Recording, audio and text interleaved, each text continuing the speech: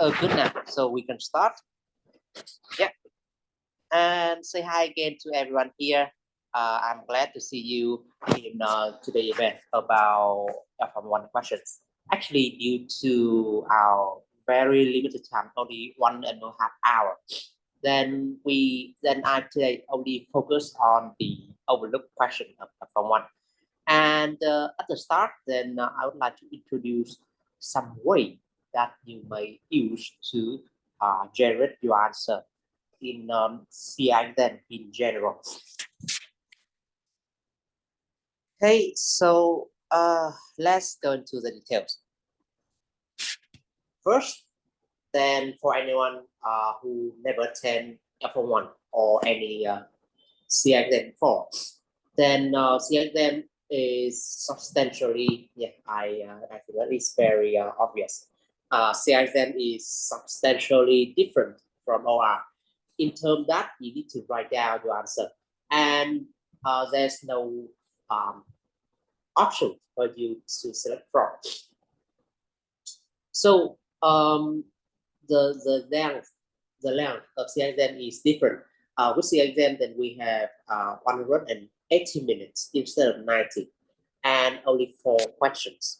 So that would lead to some features of this kind. Then the questions tend to be focused on some specific topic from one LO. In other words, each question represents an LO in the syllabus.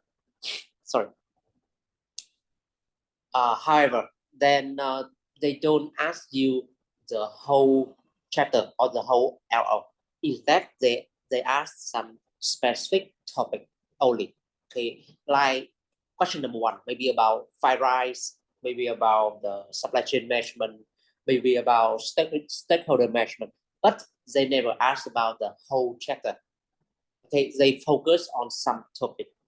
And second, then you need to write down an essay. A lot of students ask me about the minimum length for the essay. I would say that CIPS doesn't provide any suggestion for that. It doesn't provide any suggestion for that. And you can write at any length you want. And you need to write the whole 4 questions in 180 minutes. Or in other words, then you need to estimate the time and allocate 45 minutes for each question equally. Missing the point of time management could be quite dangerous because you may miss the whole question, and it could be quite that could lead to lower performance and lower score. So first point, you don't need to make it very long and take you a lot of time for a particular question. The thing is, you need to balance all 4 questions and get the most from each question. Second, then the meaning, the content, and the quality of your writing is much more appreciated than the length alone. It means that when we have a very long essay, then it may not well written as other essay with very concise and quality content. So focus on the quality rather than the length. Of course, you need to write as much and as good as possible within 45 minutes. Today, then I will give you some instruction for that. Okay, some suggestion for that. However, then as you know, writing is a skill. And as a skill, you need to practice to master it. Okay, we couldn't like read a book to learn riding a bike. You need to take the bike out and do yourself so that you can learn how to ride a bike. Okay, that is a skill. So the same thing happened with writing. You need to practice writing before before you improve and get better results. Okay. Anyway, then I'm gonna give you some suggestions for practice. So with these features, then we need to write down the answer, right? And then we must learn how to write down the answer. Okay, I create a simple process for writing the answer. First thing, then we need to understand the question. Yeah, typo here.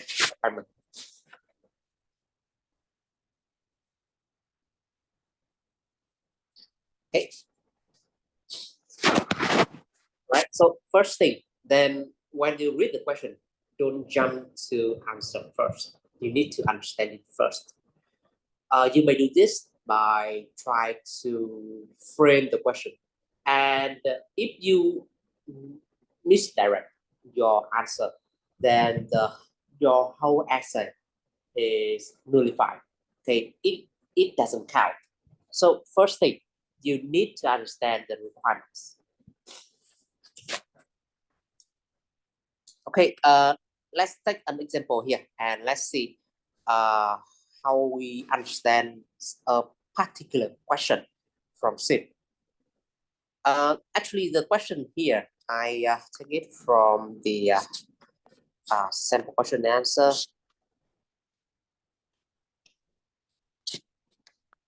Yeah, for example, we have the question like analyze the impact of objective of economic viability on procurement. Okay, so this is a question. This is a question, and okay, please tell me, how do you explain or how do you reframe this question? Okay, what is the requirements and the meaning of this question? Yeah, I'd like to see your ideas. Okay, please put it in the chat, or you may unmute yourself and speak to your microphone.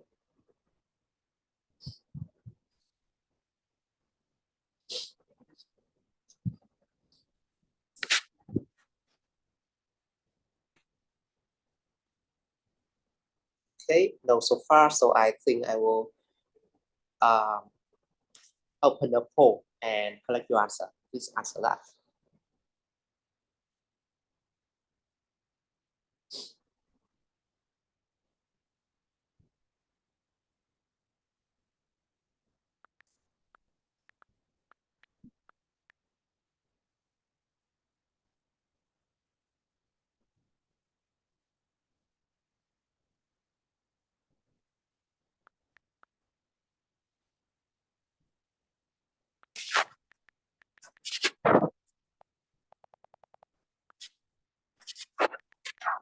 Identify the requirements.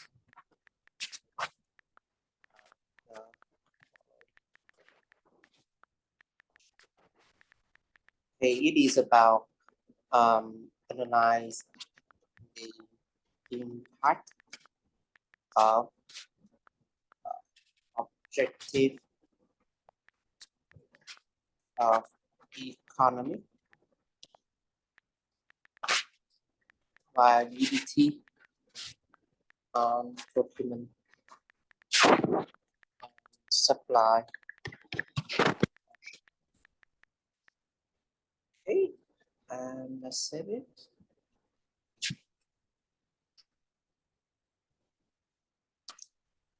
And I may now launch the poll.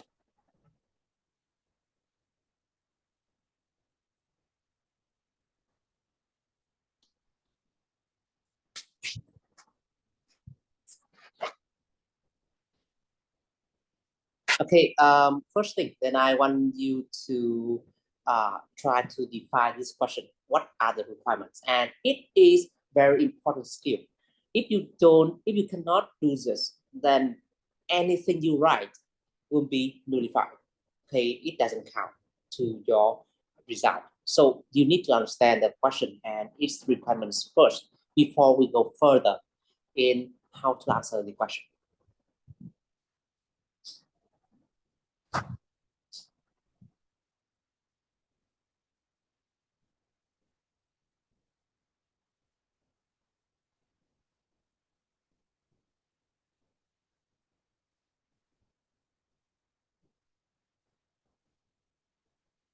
Okay, you may see it in the form, in the pop-up that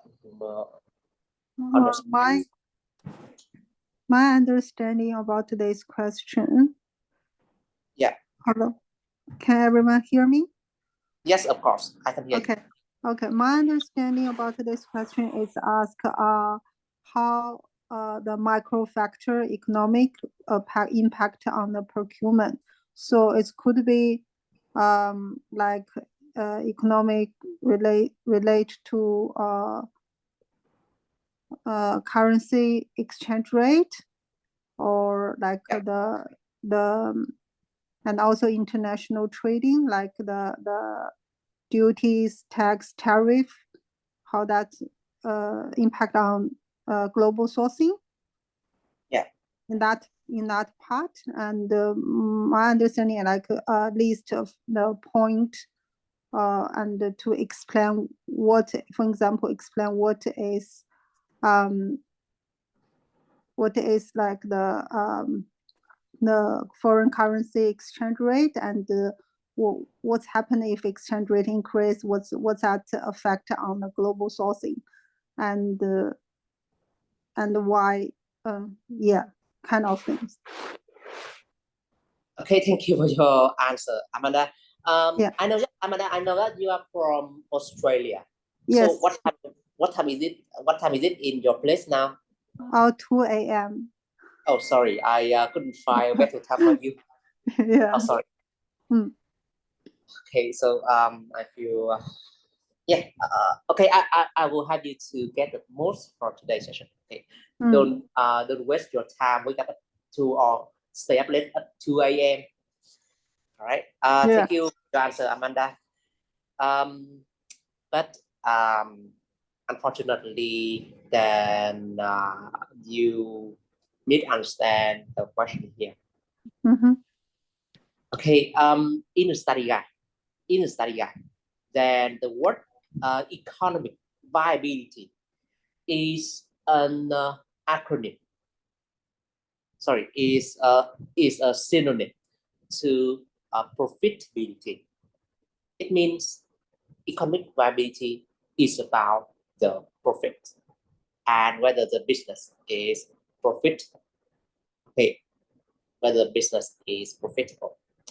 In other words, the question here means how the objective of profitability may have impact on procurement and supply function. And if I explain this further, then it means that what kind of what will be the consequence of profitability on procurement psychology, on procurement action, on procurement relationship with other departments and other matters. Okay, whether it creates some kind of pressures or whether it push or urge the procurement function to become more effective and more efficient. Okay, that is the point of this question. How does the objective of getting profit will impact our procurement function? It could be positive, it could be negative, it could be on the relationship matter, it could be on the workload procurement, it could be on the efficiency procurement, it could be on investment procurement, like in different ICT system and so on. Okay, so this question is about how it may affect the activities within procurement, how procurement may adapt to this objective. Okay, so you see that understanding the question correctly will be necessary, will be vital. It will be vital to your writing and to your exam result. Okay, so first step, try to understand the question. And if possible, then just read it slowly and then try to reframe the question as long as you can see it. Okay, so at the time you see the question, then you need to try reframe the question in the way that's more simple for you to answer. Yeah, and if I need to reframe this question, then I would say that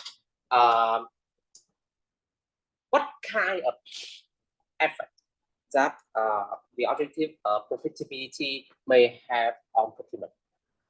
It can be positive, it can be negative, it could be on different areas of procurement and supply function. Okay, that is the way I reframe this question. Yeah, that is first step. So again, it's a skill. So I don't have like one size fits all approach here. You need to have something like your experience with and your also your skills to answer this question. So that first point. The second step within my process is about brainstorm your idea and outline your answer.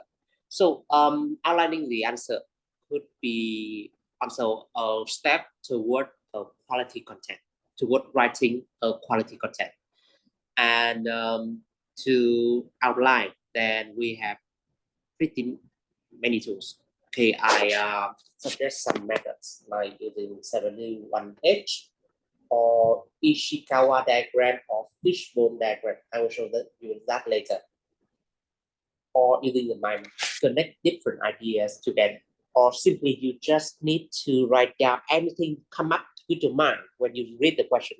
Okay, this should be done on day-to-day basis. And actually, I know that my student, I let my student in my revision to practice. Okay, and many of them often struggle to write down the answer I want to see because they, at the time they see the question, their reaction would be copying the question and put it into.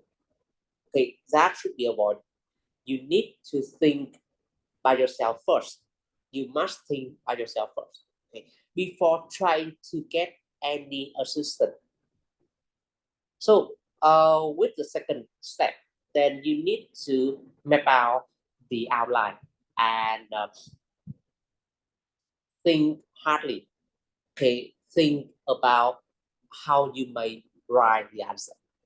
We don't do any writing here, but just to plan your answer. Okay, step number 3. At this time, after you have the outline, then you may specify your answer and add more details to it. Again, then we may use Centralized to specify and lengthen your answer. And finally, actually, then it is also quite necessary. We may need to check our writing for typo or grammar error, so that it look more readable to the assessor. Okay, so with these 4 steps, then I believe that you may solve any question, even if you have very little knowledge about it. Okay, you may still write some question and write some use some methods to plan the answer, even though you don't know much about it.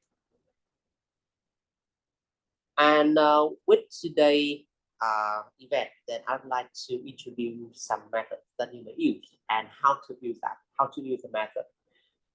Here, I would like to introduce two major methods, 71H and the Fishbone diagram. First, with 71H, then video method that use actually 8 question words in English. So that when you use it, then you may have some kind of like reminder or acronym for writing the question around some methods. Okay, and it is a very versatile tool which you may apply a lot in your day-to-day life as well. Like when you see some news from when you see some news from your friend, it could be fake news, and you may write the question in 71H to confirm the authenticity of that news. Okay, so it is very versatile, and actually you may do that a lot in your life. With this method, then we write different questions based on different question word in English. Okay, so we use open-ended question word like what, when, where, how, why, who, which, etc. Okay, so let me take an example. The question, my example here is explain conflict of interest and its impact on procurement activity.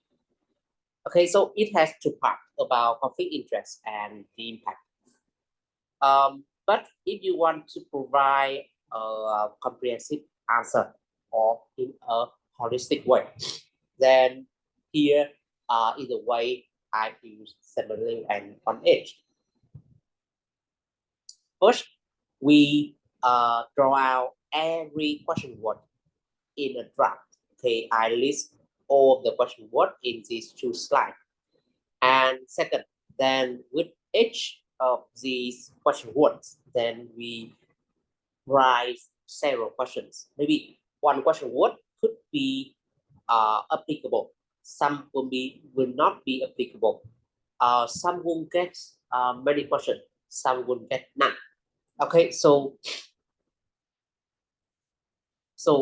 here is the way I do. Okay, list all the question word, and then I write the question with what. Then simply what is conflict interest. What is conflict interest? Okay, with when. Then it could not be quite applicable, but I may still write some question like when is it applicable or when is conflict of interest affect the organization. Okay, when. Actually, with the 71H, then we write the question for ourselves so that we know what we need to write and what we need to answer. Next, with where, then simply again the question is where conflict of interest, where is conflict interest applicable? Is it applicable in family context, or is it only applicable in business context? That is where and when.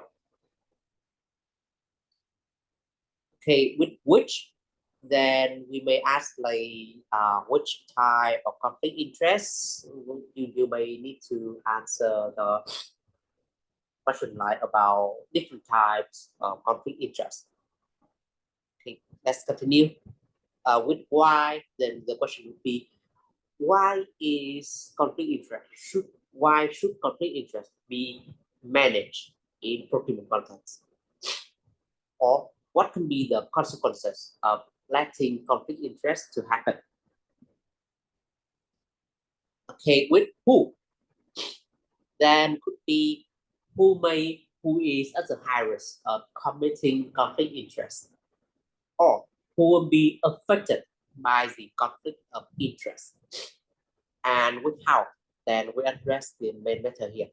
How conflict of interest impact on procurement activities, and how an organization, how can an organization manage the conflict of interest. So you see, this is the way we may plan our answer. First, look at the list of the question. List of the sub-question and then try to solve each sub-question. However, then severally one H doesn't apply to every case, to every question. Instead, then there are some questions that you may not use this, especially when you need to analyze the list, or you need to generate as many ideas as possible, like the question about the advantages or disadvantages of something, like centralized and decentralized procurement structure. With that kind of question, then simply one edge seems to be less effective, and then we need to identify other way. So the second method I introduced here is about it is the fishbone diagram, okay, or we can call it in Japanese word like Ishikawa. And with this method, then it looks like a fish with the head on the right and the rest of the bones on the left. Okay, so we start with the right. This is the head. My question here is to analyze the barriers to good governance in procurement and supply function. So 71H seems to be quite ineffective here. Although we can write the questions, but they cannot be like very diverse or suggesting or very suggestive about the answer. We may use some questions like what does it mean by good governance in procurement and supply, and uh, how procurement supply improve the good governance. Okay, but it is not very helpful. It is not very helpful. Instead, then we may use the fishbone diagram. Okay, we start with the head. The head represents the problem. Okay, here I just use the word barriers, and then with each of the bone, then you need to write down like the big reasons, the big matters, or the general or the area of the matters. Here, then to facilitate my answer, then I try to brainstorm something like I divide the reason into area, just like you do steeple. We list the area first, and based on each area, then we list the reasons, we list the barriers, we list the answer. Okay, so with the barriers here, then I list the area first. I divide into like some area like the barrier from the stakeholder, the barrier from the system and infrastructure, the barrier from the use of resources, or the barrier from psychology, on human psychology.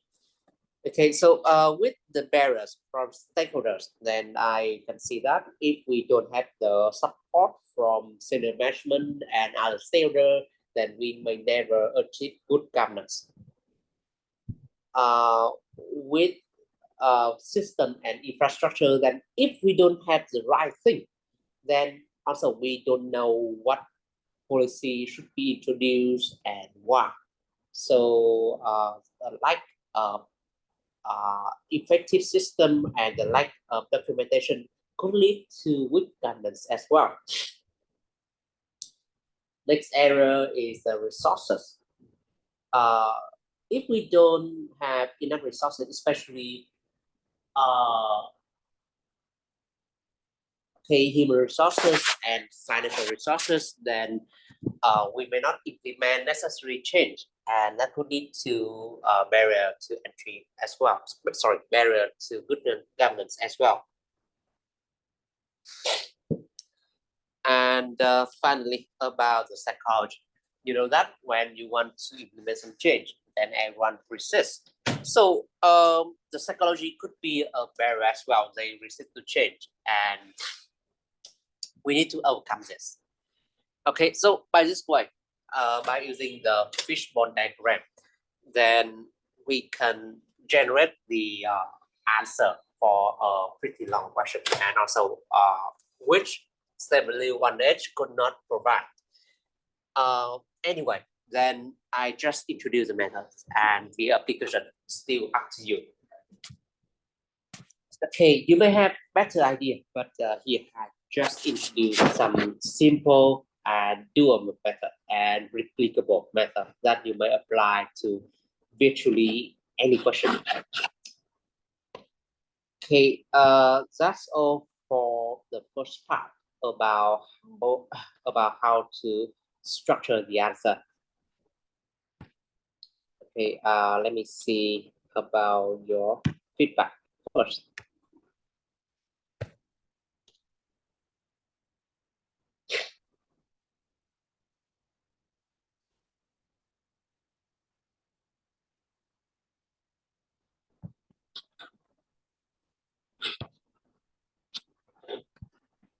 Hey, yeah. So far, then no feedback on this part. Sorry, I personally I had a lot of running nose. I feel that a bit sick, a bit sick. Okay, wow. All right, so let's come to the second part about different question. And actually, then I may miswording.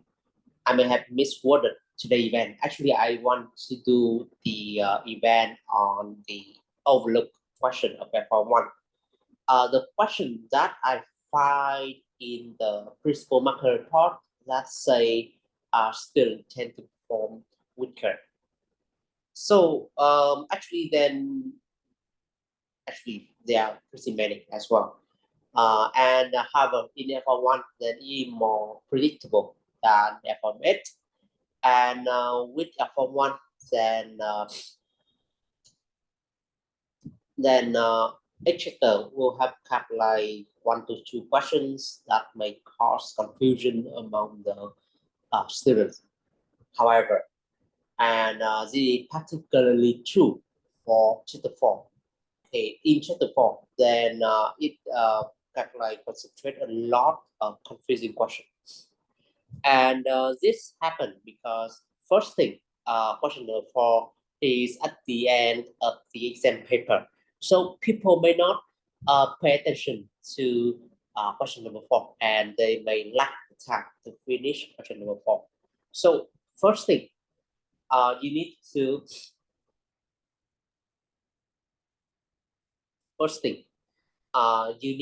allocate your time appropriately and don't spend too much time on any question. Okay, so we need to balance. And second, then question number 4 tend to be quite difficult, and also you need to prepare for it. And third, I can see that from personal exam, then people complain about the they don't understand the question. They don't understand why the question, and they could not recall what kind of answer CIPS expect us. So let's come back to the process I present first. We need to understand the question before putting any answer. Okay, so when you see the question is confusing because of the wording, the choice of word from CIPS, then you need to analyze, you need to reframe the question first before putting down the pen or type down anything in the answer sheet from the exam. All right, that's all And with L4M1, then I see that with chapter 1, the most difficult question would be on stakeholder measurement. With chapter 2, the outlook area tend to be in 2.4 about the compliance and relationship between compliance and the added value outcome in procurement. With question number 3, then actually then it tends to be the easiest part of the whole study guide. So still, it has still a question that may terrify you. Okay, that is about the barriers to good governance in procurement supply. Okay, as the one I put down here.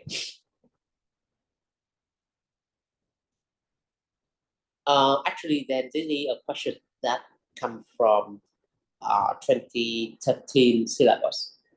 And question number 4, it concentrates a lot of challenging question. And generally, if you read any random principal marker report, then the assessor would complain about student performance in question number 4, where they find pretty poor.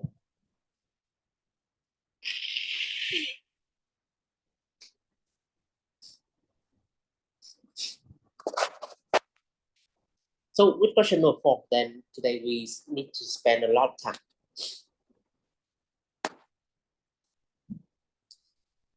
Let's go into the detail.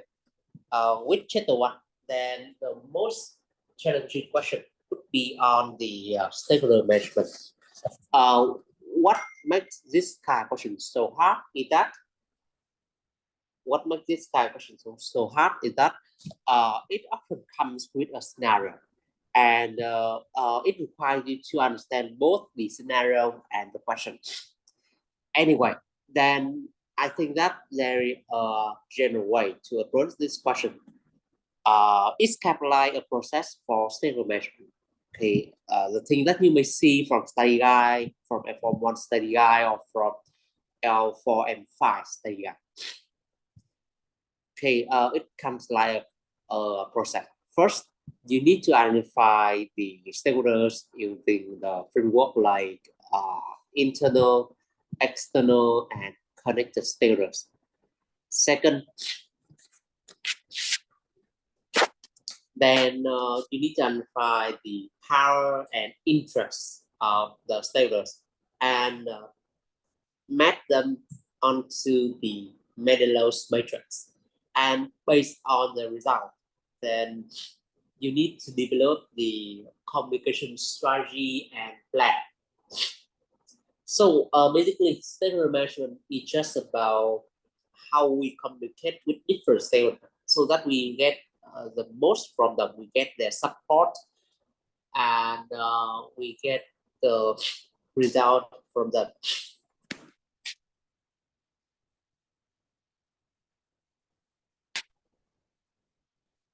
Okay, I believe that many of you would know about Mendelow's matrix, and it is also very well explained in study guide.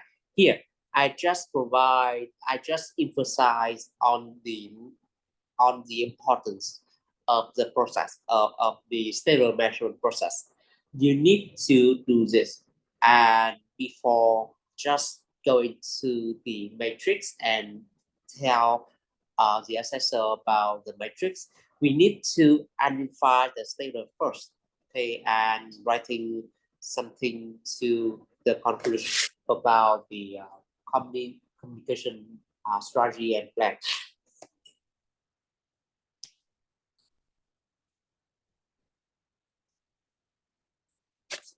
Okay, so with my question, then I believe that it is very well explained in study guide. However, then the thing that is the most challenging to student is about the scenario. It's about the scenario.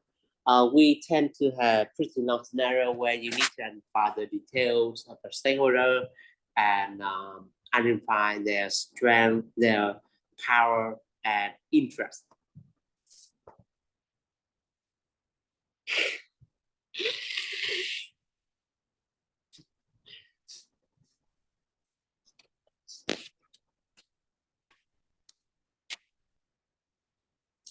Okay, that's the first question.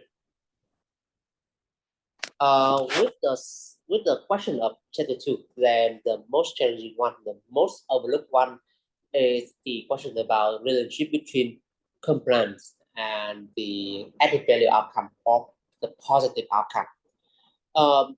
This kind of relationship has two sides. The compliance to the process may add to the added value to the positive outcome, but it may also stifle the good outcome and may deliver some setback to the organization. Normally, then typically, then we have three type question here. First, you may need to define the structured procurement process, or in 2018 syllabus, then they call it structured sourcing process.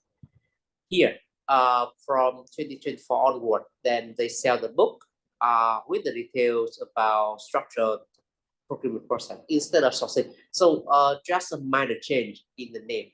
Okay, but keep yourself up to date. The second kind of question will be about explaining different benefits of structured procurement process. And the third question will be about the conflict between compliance and the achievement of added value outcome.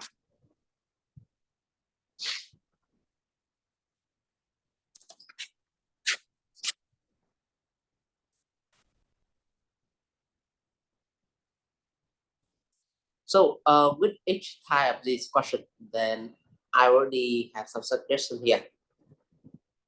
With the first question about the definition of structured procurement process, then you don't find it in study guide. And sometimes then people complaining that CIPS is unfair because they sometimes ask something not from study guide. I understand the feeling, but we are professionals, so we are expected to do something a bit beyond our ability, okay, just a bit. So you need to like link between the to define this word, then you need to link between different parts. You need to link between different parts. So this word has three parts: about structure, about procurement, and about process. So it is structured means it has the structure, it has the documentation and instruction. With procurement, then of course it is applicable to a procurement and supply function. And with the process, then it means this kind of thing will have multiple steps and we need to do one by one. So with the definition, then it is not very difficult as long as you just stick to the word and explain each element.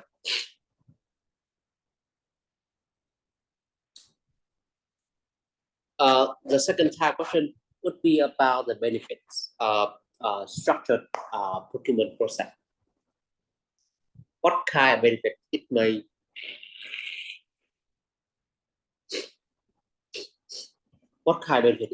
bestow upon you, upon the organization? Actually, then in the study guide, they have a part on this, and I also agree with their general ideas. However, then they tend to, they don't highlight that. So that you may overlook that part. It is at the start of 2.4, and when you want to open the book to confirm, then it is at the start of 2.4. Okay, so read it and let me know if you find any irregularity in that kind of data.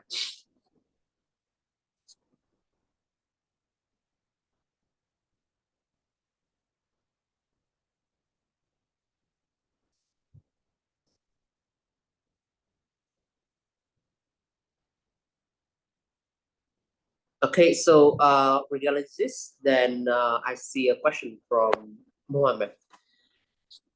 He asked about do they want us to write what is written in the book? Okay, so this is not an exam of memorization. We don't need to write exactly the same thing verbatim to the study guide.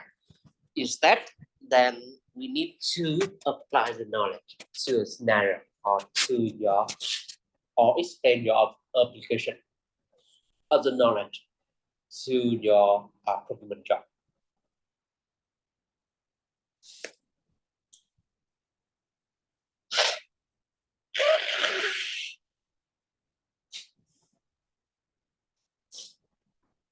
Sorry. Okay, so you don't need to do exactly the same thing in study guide, but you may try to write in your own writing in your own style, and CIPS would welcome to see different styles and different storytelling methods. However, then it is about the application. So you need to understand the knowledge. You need to understand the knowledge and how to apply it in the scenario. Let's come back to the question. Here, I'd like to introduce about the benefits of structured sourcing process or structured procurement process. So the study guide already suggests, but here I just use some keyword so that you may remember better. The keyword here would include the consistency, support collaboration, enable the traceability, and support training. It means that with consistency, then every supplier will be treated equally with the same approach. With collaboration, then it would be about people know what to do next because we already had the documented process. With traceability, it means the auditor will have some kind of instruction to audit, and also if we do the process correctly, then it may enable higher transparency. And with the support of trading, then we can say that then when we have the documented process or structured process, then it can support the employee to learn from the process. Especially they may learn how to collaborate or how to work with the college.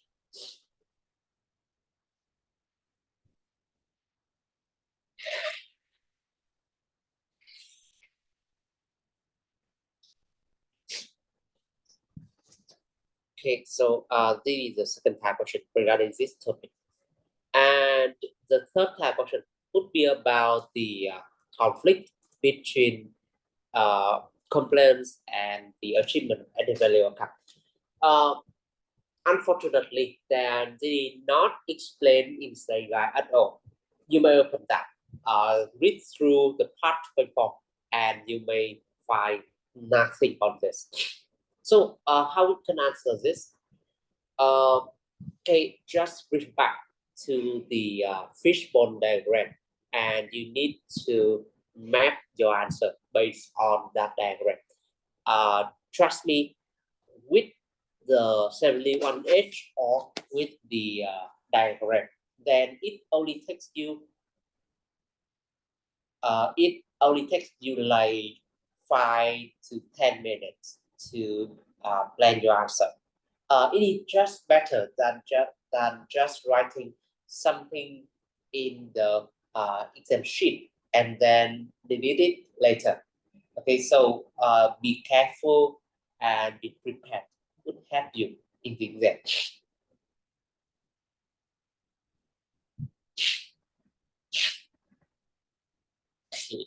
It really irritates me.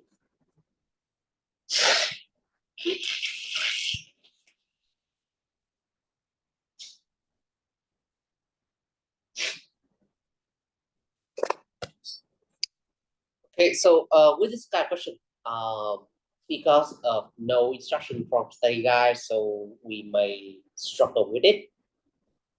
Yeah, I have some suggestion here, and it may not be complete.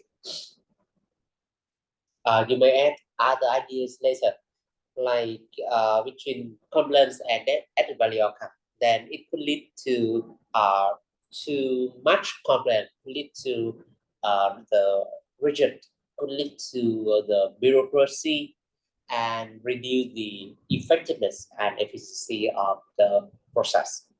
Second, then it may stifle innovation since the supplier tends to focus on delivering the compliance only. And they don't have time and resources for other activity and improve their technology. For example,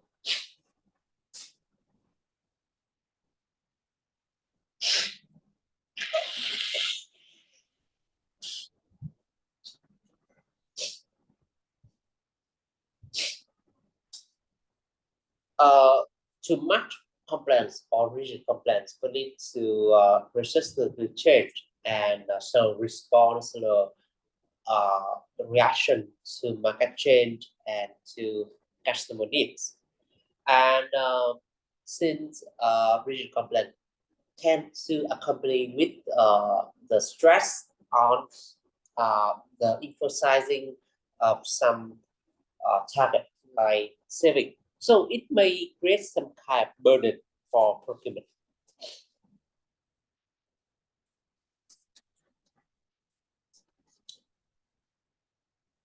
Okay, so this is the way we may answer the question about the relationship between compliance and added value outcome.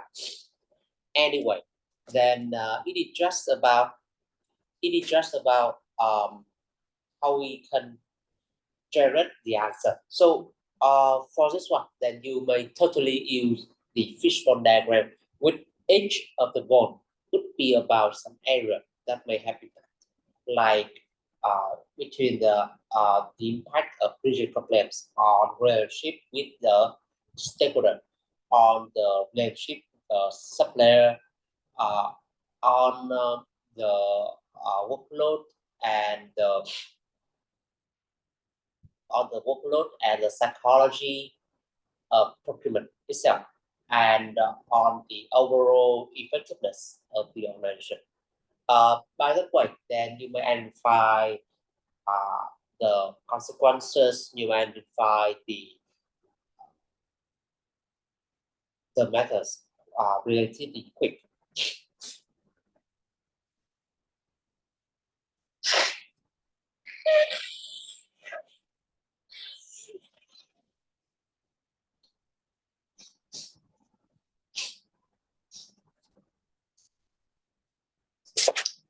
Okay, that is the question in chapter 2 about compliance and added value outcome. It comes two ways.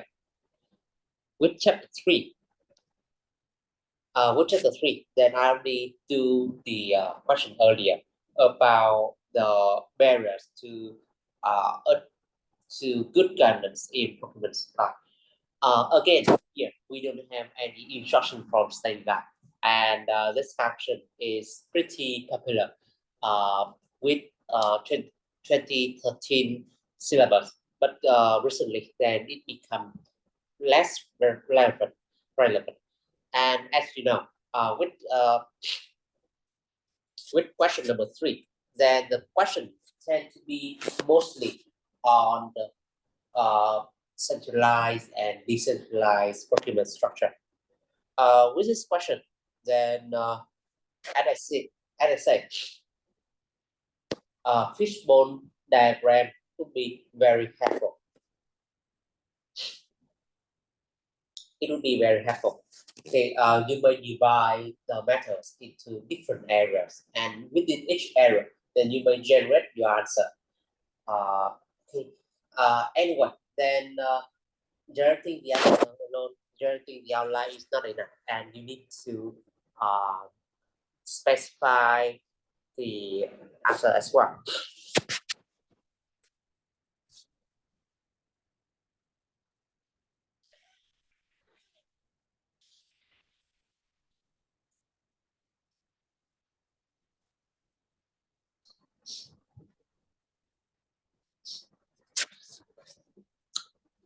Okay, let's move on with question number 4. And question, this question tends to focus on different sectors.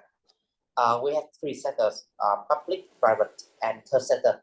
And although they may ask different sector, but the type question tend to be quite repetitive, like about the objectives of the sector and the impact on procurement, or about the regulations, the role of regulations, and how it impact on procurement.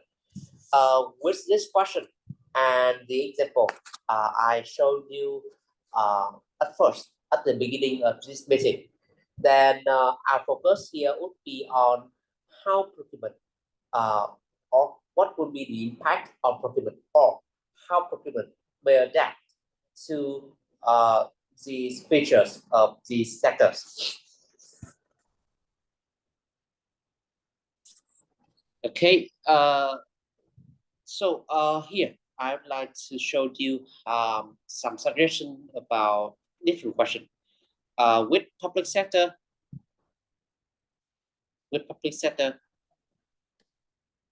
then recently the most challenging question tend to be on the regulations. And after the exam, I often look for student comments on the exam, and some students say that even though they are working in public sector, but the things that CIPS describes in scenario seem like very kind of like unfamiliar to them, and also not really relevant to the state guide. Anyway, then here they want to test you about your awareness about the regulations. And with each sector, then there are many regulations around procurement. And with public sector, then it could be a bit more expensive, a bit more extensive.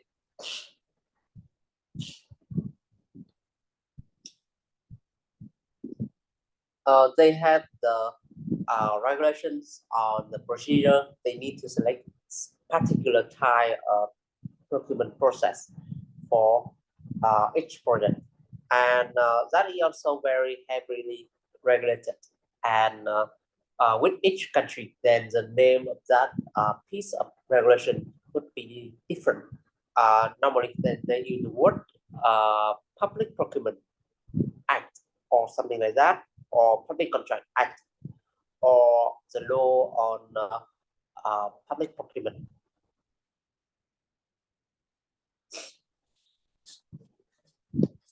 Okay, but the regulation on procedure alone is not enough. With each purchase, then they also touch to other areas, other matters, like about the health and safety, or about the accountability, or about the environment matters, and so on. So my tips here is that you need to identify as many as possible. Oh, no, sorry, not as many, but you need to identify 5 to 6 areas and analyze the impact on your job.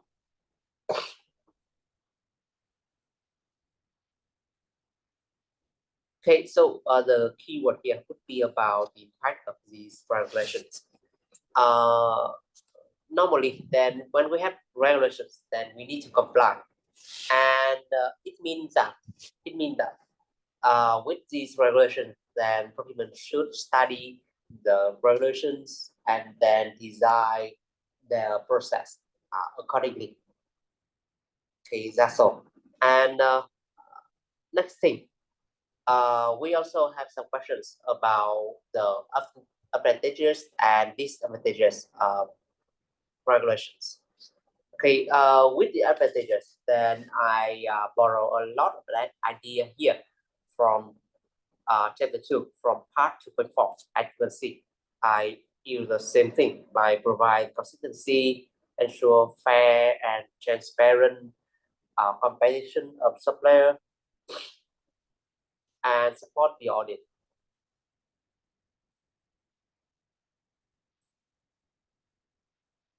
However, then with this kind of regulations, then public sector tend to be less flexible. They and the complex regulation could lead to higher price and so on. Okay, or the higher administrative burden.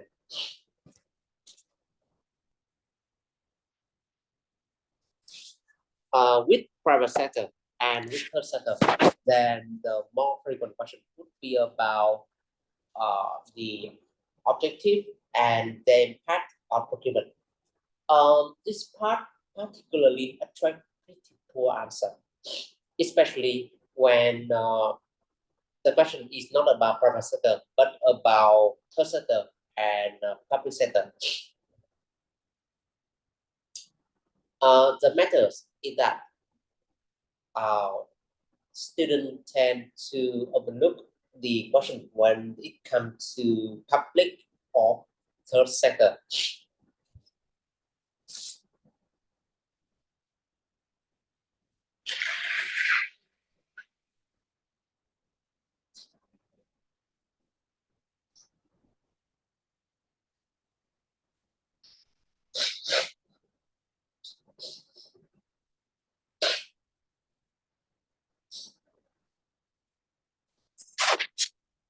Okay, let's continue with private sector. Then I would like to introduce about the impact of the objective and regulations as well.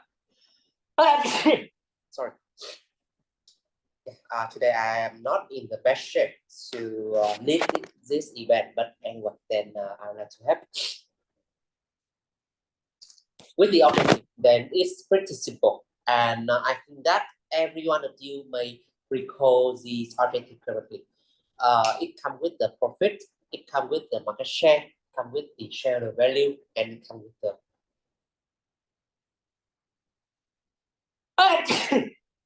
it comes with the social objective. Yeah.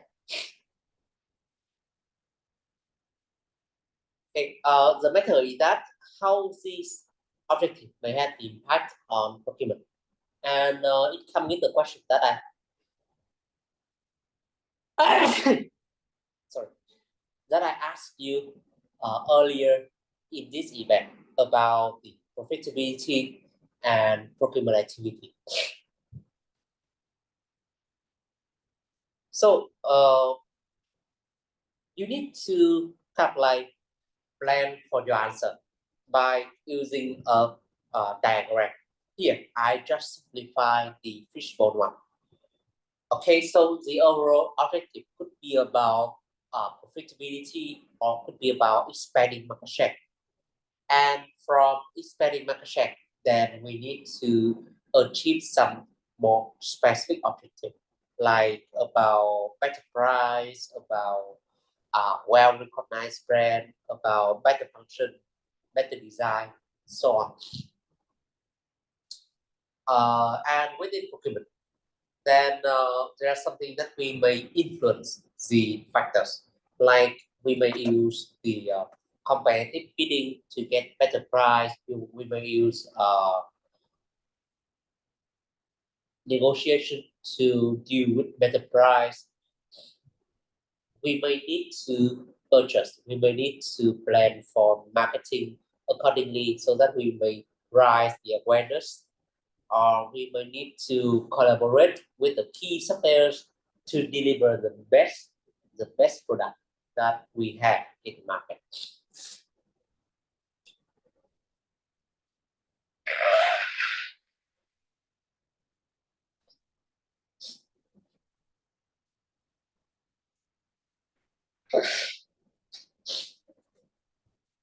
Okay, so the assessor here would expect that you need would expect you to write down the specific activities or specific action, rather than just about other objectives or your reasoning about it.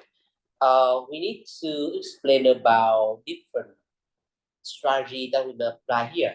For example, for better price, then we may need to use the spend analysis, negotiation, competitive tendering.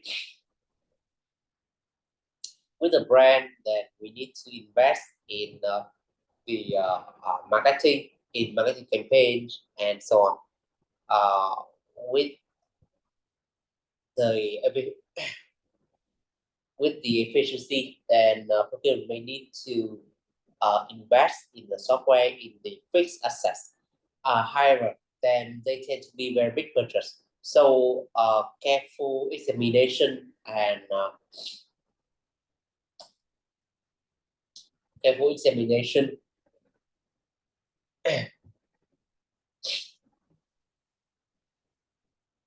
careful examination and assessment on return on investment would be important here.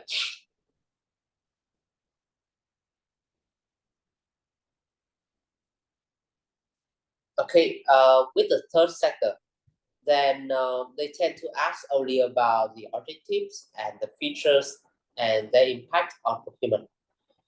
With third sector, then there's no uniform type third sector. We may have three different types, like the association, the charity organization, or the pressure group.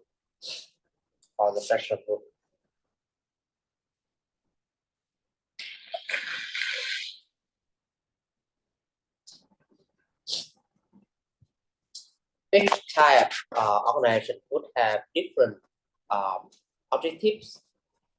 For association, then they want to provide the member services, like what CIPS does. They collect the membership fee, and then they provide back with the qualification and recognition and the event. With charity, then they want to attract donation and commit to charitable activity. With the pressure group, then they want to raise the awareness and support for something that they care. Okay, they are the objectives. So as long as you know about different types of third sector organization, then this part on the objective would be a lot easier. About the features of third sector, then we need to look at broader scope of third sector. They have some regulations, they have some features in the finance, and they represent some value. With the finance, then different type of organization may have different way to collect the charity from other people. They may raise the revenue from membership, or they may get the donation, or they may sell the product and service and raise money for some cost.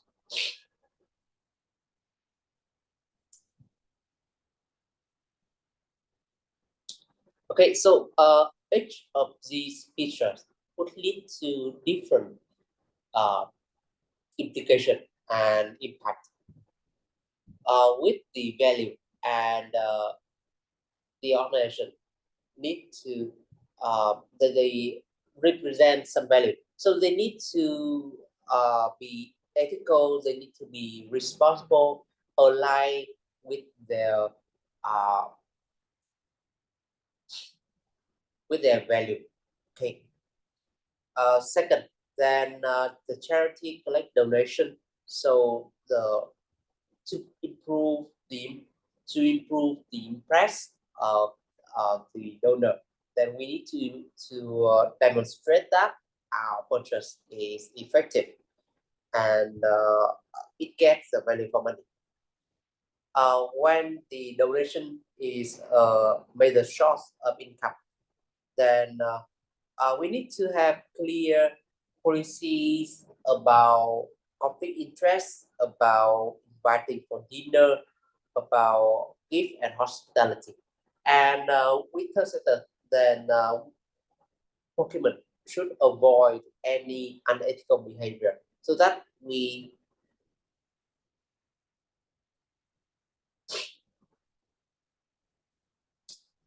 may align our value with the third sector organization. And when the donation is the major source income, mean that some big donor, some major donor can be very they can influence about the outcome of the organization. So we need to have clear policies on gift and donation. Something like, although we receive your donation, although you invest in this, but we still follow our motto and our value and provide the services to the area. We don't listen to the corporation regardless of their size and of their donation. Okay, that would be the policy. With the budget, third sector tend to have very limited budget, and therefore procurement should provide the value for money for the organization.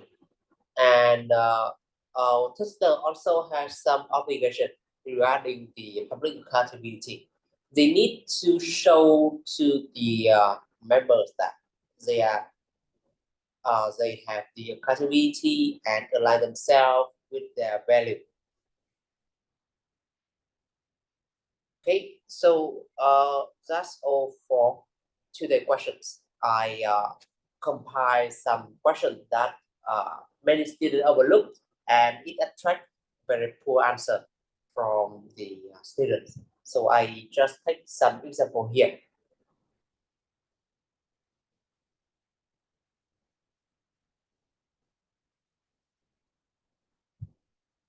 Okay, so that's all for today questions. All right. Now it's time for Q&A.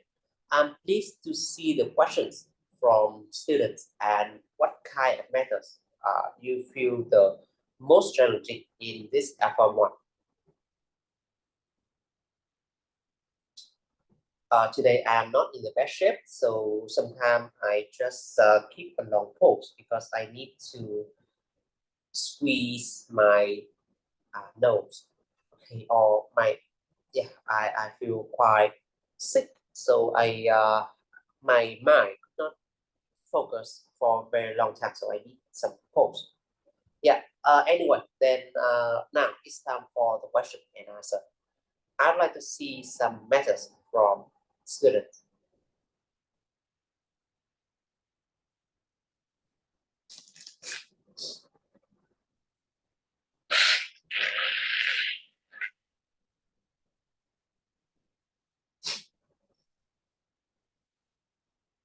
Yeah, Roland, of course, we share the slide to your email on Monday. Okay. Do you have any question from your Form 1 that caused a lot of trouble, but I forgot to include in this slide?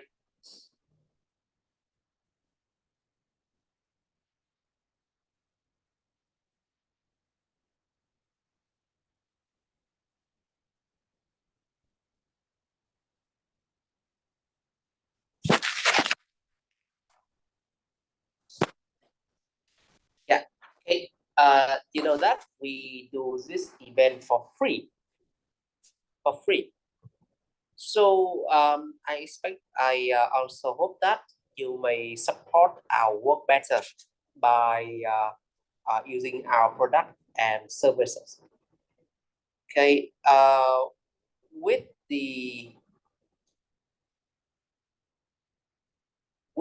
you know that we have some practice questions on include L4M1. So if you want to support us, then just go to EDB, search for my course, and also apply this coupon.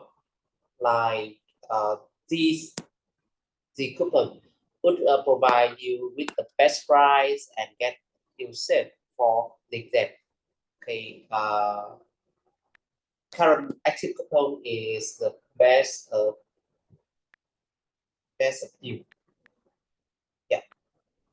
Okay. So search for my courses, search for my practice questions on Udemy, and apply this one. Okay, you may get the best price available. And also, if you have any further question, then you may WhatsApp us or contact via our email. Okay, but if you have any question here, then I would like to see.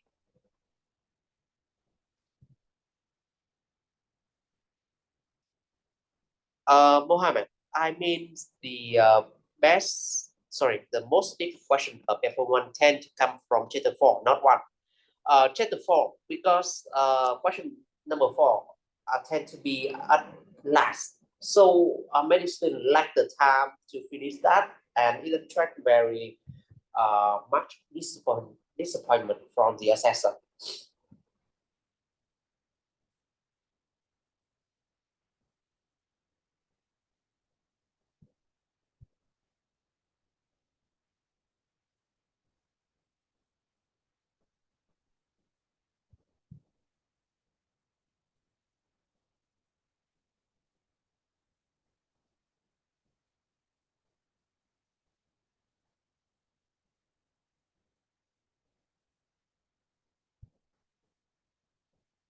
Okay, so if you don't have any further question, then we may conclude our session here. Okay, I will take a good rest. Okay, for Saturday and Sunday for the weekend. Yeah, I also feel pretty tired now. All right, so wish you all the best and pass the exam with very success. All right, it comes next week. So if you know the question then just tell us so that we may have another session on how to solve them. The next event will be 2 weeks after this because I will have my vacation next week. So must be the week after that. Next week I have vacation, and then we may come back for the event. Yeah, the week after that. All right. So that's all for today, and thank you very much. Okay, and I hope that you will get the best result from the exam. Goodbye.